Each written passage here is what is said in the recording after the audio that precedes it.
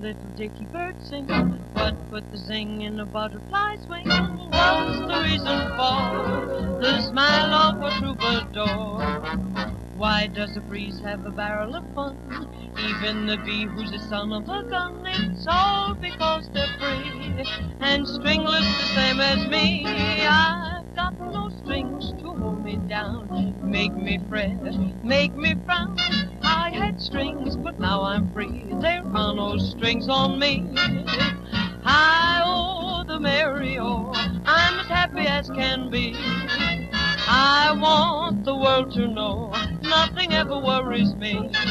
I've got no strings, so I have fun. I'm not tied up to anyone. How I love my liberty. There are no strings on me.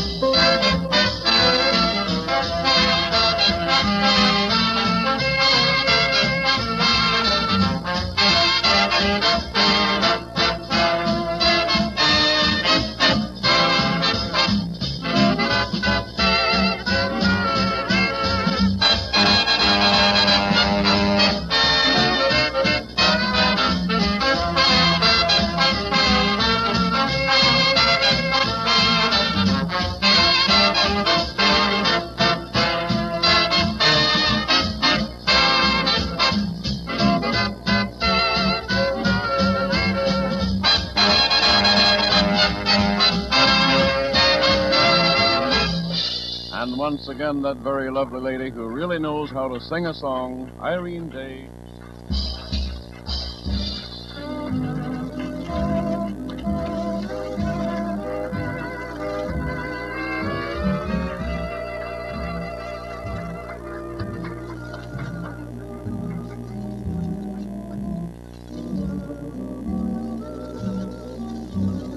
And so, ladies and gentlemen, once again, we say so long for the evening to Gene Krupa, world's #1 drummer boy. Gene and his orchestra have played for you tonight at Frank Daly's Meadowbrook, New Jersey's popular rendezvous for diners, dancers, and lovers of America's finest dance music. The Meadowbrook, located on Route 23, the Newark Pompton Turnpike, Cedar Grove, New Jersey. This is the National Broadcasting Company.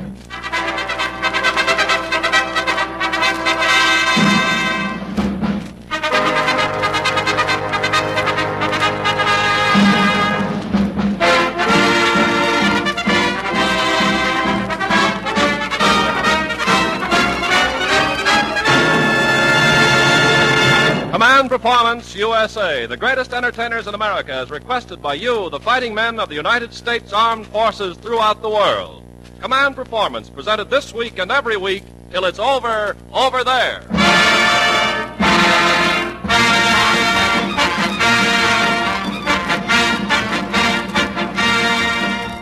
Okay there, gang, we're saddling up and hitting the old Command Performance trail that leads to all AEF battlefronts and battle stations around the earth, to spend a half hour with every one of you fighting men and women of the United Nations.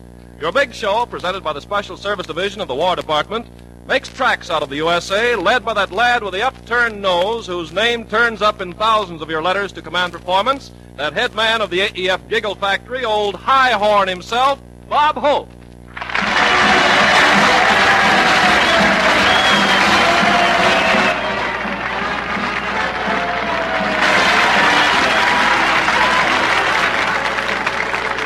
Thank you, fellas. This is Bob, Command Performance Hope, telling you guys out there that if we all dig in and plant our victory gardens, we'll soon catch the Axis with their plants down.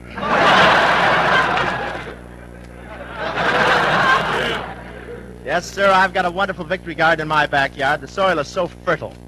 The soil is so fertile, it doesn't wait for me to plant it. Every morning knocks on my door and says, well, what have you got for me today? And I want to tell you, my garden is coming along fine. Some of the corn is almost up to the weeds. And I know I'm going to be very popular with my victory garden. I no sooner got it started than 3,000 bugs lined up with their ration books. My girl helps me with my garden. She's wonderful. She's got big buck teeth. She's the only girl I know that can carry on a conversation and hoe the garden at the same time. We interrupt this program to take you to NBC Newsroom. This is Lieutenant General Wainwright.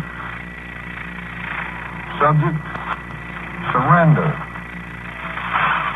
It became apparent that the garrison or those forces would be eventually destroyed by aerial and artillery bombardment and by infantry supported by tanks which have overwhelmed Corregidor. After leaving General Homer with no agreement between us, I decided to accept, in the name of humanity, his proposal. You will therefore be guided accordingly, and will, I think will, surrender all troops under your command to the proper Japanese officer. This decision, on my part, it was realized, was forced upon me by means entirely beyond my control. Now back to our regularly scheduled program. Well, let me tell you that spring here in Hollywood is wonderful. Ah, spring. Mother Nature has united all her children. The birds, the flowers, the bees, the trees, they're all one. Everything else is 1A. Spring in nature, it's wonderful. I asked my little nephew if he knew about the birds and the bees, and he said, sure, I know all about the bees and their honey and the birds and their honey and the cats and their honey. I said, wait a minute, cats don't have any honey. He said, then why does ours stay out all night? But this spring weather really makes you lazy. This morning a blonde walked down the street, and I closed my eyes. I imagined I was chasing her. And my brother's so lazy, God bless you. My brother's so lazy, he just holds a toothbrush in front of him and watches a tennis match.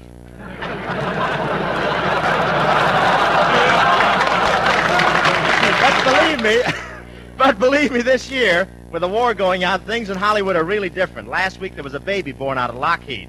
He wanted to be near his mother, but the women out here have been wonderful. They're giving up silk stockings, long skirts. The girls are even taking the rubber out of their girdles. Now they're all out for defense, and believe me, it's no snap. But this girdle business even affects the... Want to work on that a while? But this girdle business even affects the sailors down at San Diego. They're waiting for shapes that never come in. And fellows, they got a new regulation for women now. They say that women in war industries can't wear sweaters anymore. But I don't care. I've got a good memory. Anyway, now to the more serious business at hand. You know, poor old Sam, the command performance mailman, started walking on stage and slipped down a banana peel. It took a load off his feet, but leaves us to pick up letters from Corporal Jimmy Lodge in North Africa, from Art Morrow at 980, from Dr. Leo Disraeli at Navy 212, the gang at 24, Don Garrett and Adolph Friedman at 927, and from Yankee Doodle Pythian over there in Bristol, England. We interrupt this program to take you to NBC Newsroom. This is the BBC Home and Forces program. This is Bruce Belfridge. Here's some excellent news which has come during the past hour in the form of a communique from GHQ Cairo. It says, the Axis forces in the Western Desert, after 12 days and nights of ceaseless attacks by our land and air forces, are now in full retreat. It's known that the enemy's losses in killed and wounded have been exceptionally high. Up to date, we've destroyed